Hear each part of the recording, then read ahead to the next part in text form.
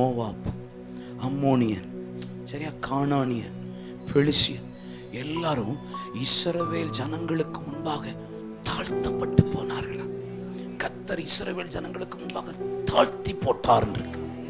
நான் சொல்றேன், அது அம்மோனியனா இருக்கட்டும், மோவாபியனா இருக்கட்டும், ஏதோனியரா இருக்கட்டும், ஏத்தியரா இருக்கட்டும், சீதோனியரா இருக்கட்டும், அது எகிப்தின் வல்லமையா இருக்கட்டும், அது பெலிசிய வல்லமையா இருக்கட்டும், அது பாபிலோ வல்லமையா இருக்கட்டும், எந்தெந்த சத்துரு உங்களுக்கு விரோதமாக கை எடுத்ததோ, தலை எடுத்ததோ, உங்களுக்கு முன்பாக கொக்கரித்ததோ, ஒன்னால ஒண்ணு நடக்க இல்ல, சீக்கிரமாகவே உங்கள் சத்துருக்களை கர்த்தர் தாழ்த்தி போட போகிறார்.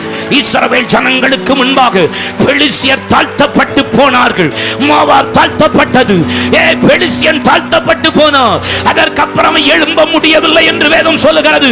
உங்களுக்கு முன்னாடி கொக்கரிச்சு கொண்டிருந்த கோலியாத்தா இருக்கலாம், போராடின எகிப்தின் பார்வோனின் வல்லமையா இருக்கலாம், பெலிசிய வல்லமையோ, அமலேக்கே ஆவியோ, அது அந்தகார வல்லமையோ, எதெல்லாம் உங்களுக்கு முன்பாக எழும்பி நின்று இயேசுவின் நாமத்தில்